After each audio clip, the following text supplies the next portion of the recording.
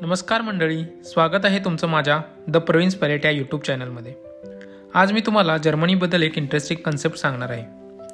तुम्हाला माहीत आहे का, काल भारत आणि जर्मनीच्या टाईममध्ये 4.5 तासाचं अंतर होतं, तेच आज 3.5 तासाचं झालं आहे। म्हणजेच काल जेव्हा जर्मनीमध्ये दुपारचे 12 वाजलेले तेव्हा भारतामध्ये संध्याकाळचे 4:30 वाजलेले, तेच आज जर्मनीमध्ये दुपारचे 12 वाजलेले तेव्हा भारतात दुपारचे 3:30 वाजले। कारण काल रात्री जर्मनीत रात्रीचे 2 वाजलेच नाहीत, रात्री 1:59 नंतर थेट 3 वाजले, म्हणजे घड्याळ 1 तास पुढे गेलं। याला डे लाईट सेव्हिंग टाईम म्हणतात। डे लाईट सेव्हिंग टाईम म्हणजे दिवसाच्या प्रकाशाचा जास्त वापर करण्यासाठी घड्याळ 1 तास पुढे किंवा मागे केले जाते, त्यामुळे संध्याकाळी जास्त वेळ उजेड मिळतो। मग जर्मनीमध्ये हा घड्याळ बदल कधी होतो, तर हे असे वर्षातून 2दा घड्याळ बदलले जाते। इथे एप्रिल ते सप्टेंबर दिवस हळूहळू वाढून रात्री 9 ते 10 वाजेपर्यंत उजेड असतो, त्यामुळे मार्चच्या शेवटच्या रविवारी घड्याळ 1 तास पुढे केले जाते।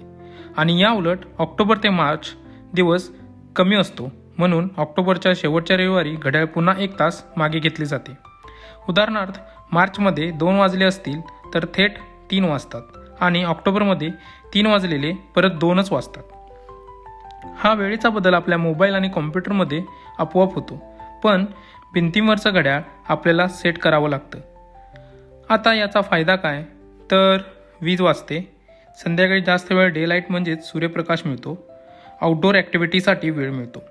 आणि त्याचा तोटा म्हणाल तर झोपेचा पॅटर्न डिस्टर्ब होतो, सुरुवातीला थोडं कन्फ्युजिंग वाटतं।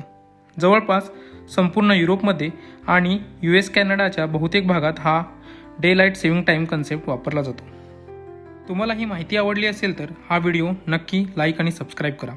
अशा अजून जर्मनी रिलेटेड माहितीसाठी माझ्या यूट्यूब चॅनलला फॉलो करा। व्हिडिओ शेवटपर्यंत बघितल्याबद्दल धन्यवाद।